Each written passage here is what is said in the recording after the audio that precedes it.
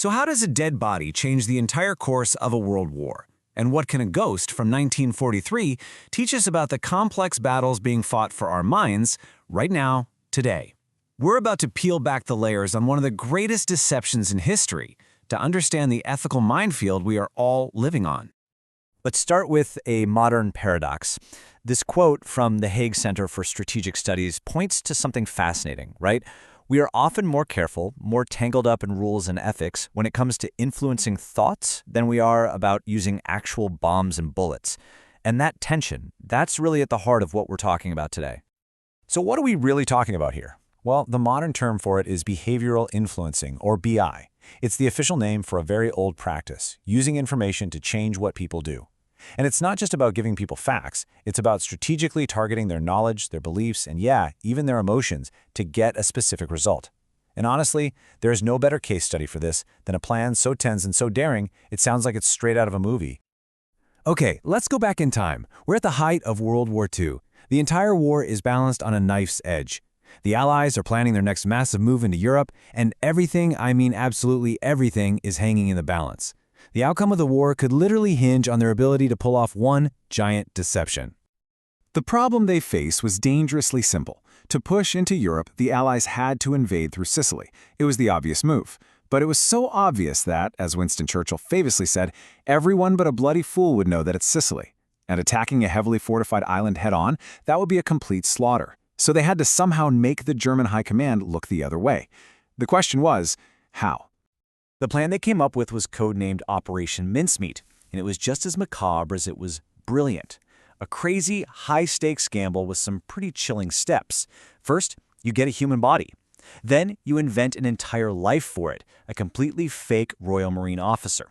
You plant phony top-secret invasion plans on him. And then, for the final step, you just release the body into the sea off the coast of Spain, a supposedly neutral country that was just crawling with German spies, and you just have to hope they take the bait. And here's how it all went down. The idea actually came from a memo co-authored by a young Ian Fleming. Yup, the same guy who created James Bond. So in January 1943, they found their man. By late April, a submarine, the HMS Seraph, was slipping out into the dark to deploy the body. Just a few weeks later, those fake documents were in the hands of German High Command. And by July, the real invasion began. And you know what? The gamble paid off bigger than they could have ever imagined. The Germans fell for it, hook, line, and sinker. They were so convinced the real targets were Greece and Sardinia that they moved entire panzer divisions, troops, and all sorts of equipment away from Sicily. They looked left while the Allies were getting ready to strike from the right. It was a spectacular, war-altering success.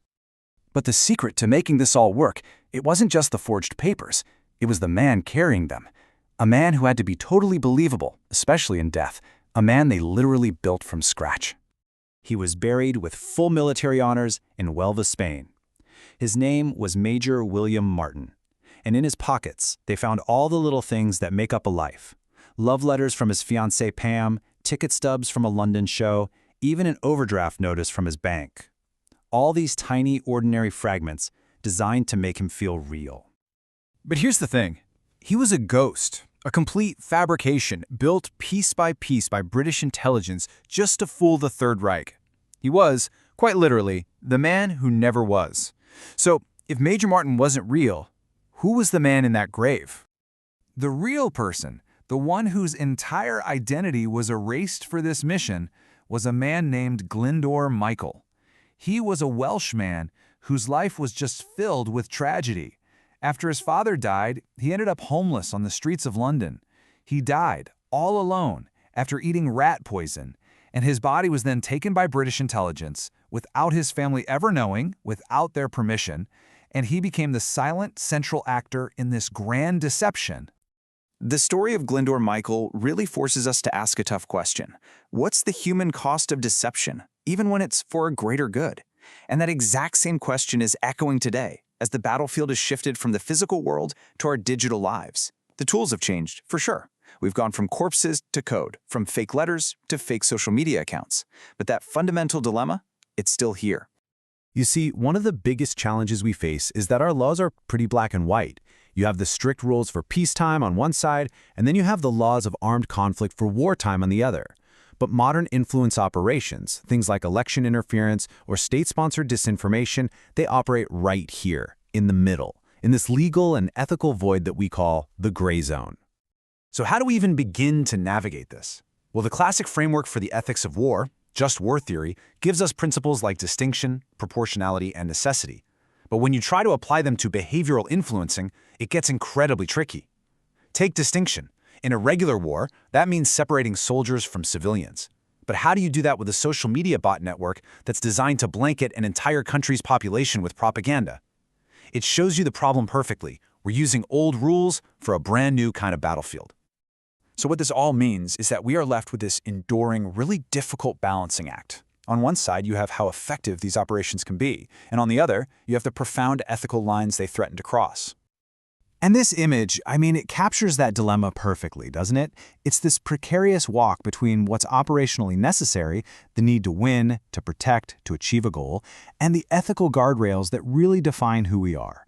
It's a tightrope that governments and intelligence agencies are walking every single day in the information age. Let's be clear. Operation Mincemeat was a massive success. It saved thousands of Allied lives and almost certainly helped shorten the war. But it was also an operation that took the body of a vulnerable, forgotten man without his family's consent and turned his personal tragedy into a tool of war. The utility is crystal clear. The ethics, though, they're forever complicated. And this leaves us with a final, really vital question for our time. In an age where information itself is a weapon, where anyone's mind can become a target, and where a person's digital identity can be twisted just like Glendor Michael's physical one was, how do we draw the line between acceptable influence and unethical manipulation? That is the gray zone. And the thing is, we all live in it now.